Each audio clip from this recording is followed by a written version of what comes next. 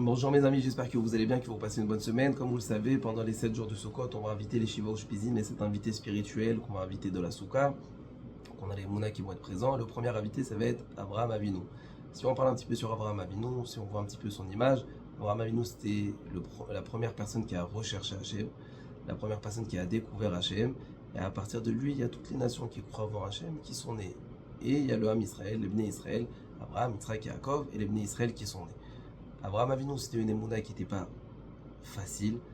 Il croyait en Hachem, mais même qu'il croyait en Hachem, Hachem voulait tester jusqu'à combien est-ce qu'Abraham il avait la émouna.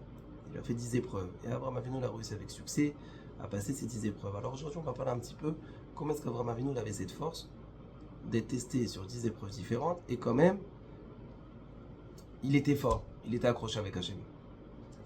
On va donner un exemple. Je lisais dans un livre qui est ramené. Il disait des fois, on va voir beaucoup de gens qui font des concessions pour les autres.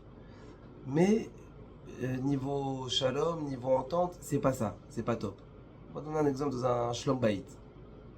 Shlom bayit, le mari, il va dire à sa femme, mais je fais beaucoup de concessions pour toi, voilà, je suis toujours là, le dimanche, je reste toute la journée à la maison. Et la femme, elle va dire, c'est vrai, tu fais beaucoup de concessions pour moi, mais moi aussi, je fais beaucoup de concessions pour toi. Et regarde ce que je te fais, tous les soirs, je te prépare à manger. Chacun, il va faire des concessions pour l'autre. Mais il n'y a pas un shalom parfait. Et c'est bizarre parce qu'en règle générale, quand il y a des concessions, quand un il fait des concessions pour l'autre, et ben on est censé avoir un shalom. Chacun il fait des sacrifices pour l'autre, donc ils sont censés bien s'entendre. Si chacun il est prêt à faire des sacrifices pour l'autre. Des fois, ça peut être aussi avec les parents et les enfants. Les parents ils vont faire des sacrifices pour les enfants, ils vont faire des concessions pour les enfants, mais on va voir que les enfants ils sont pas très reconnaissants. Avec qu'est-ce qui se passe s'ils sont prêts à faire ces efforts pour vous, pourquoi est-ce que les enfants ils sont pas reconnaissants? Alors en fait, je disais un raf qui disait une belle phrase. Il disait des fois on va faire des concessions pour l'autre, on va lui donner quelque chose, mais on va pas lui donner ce qu'il a besoin. Ça veut dire que des fois le mari peut faire des concessions pour sa femme. Il va rester toute la journée dimanche à la maison, un exemple. Mais c'est possible que c'est parce que la femme elle a besoin. C'est possible qu'elle a besoin qu'il ait tous les soirs 10 minutes. Voilà, pas toute la journée à la maison, mais au moins 10 minutes. La femme, peut-être elle fait des concessions pour son mari, mais c'est possible que son mari n'a pas besoin de tout ce que sa femme elle fait.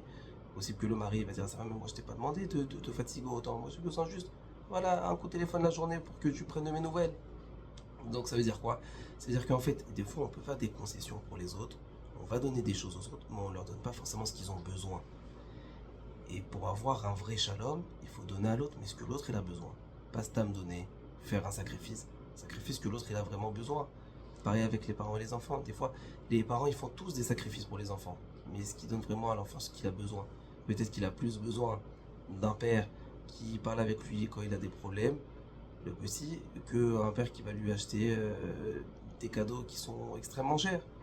Donc ça c'est la même chose avec les Mouna. Les Mouna, des fois avec Hachem, comment on se comporte? Eh mais je fais beaucoup de sacrifices pour toi Hachem. Je fais beaucoup de concessions pour toi Hachem.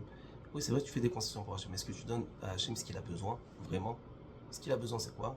C'est toi. Il a besoin de ta émouna, il a besoin que tu crois en lui, il a besoin que tu sois proche de lui. Et ça, c'est ce qu'Abraham Avinu a réussi à faire. Il donnait pas à Hachem ce qu'il voulait donner, mais il donnait à Hachem ce qu'il faut donner à Hachem, ce qu'Hachem mérite vraiment. Des bonnes nouvelles.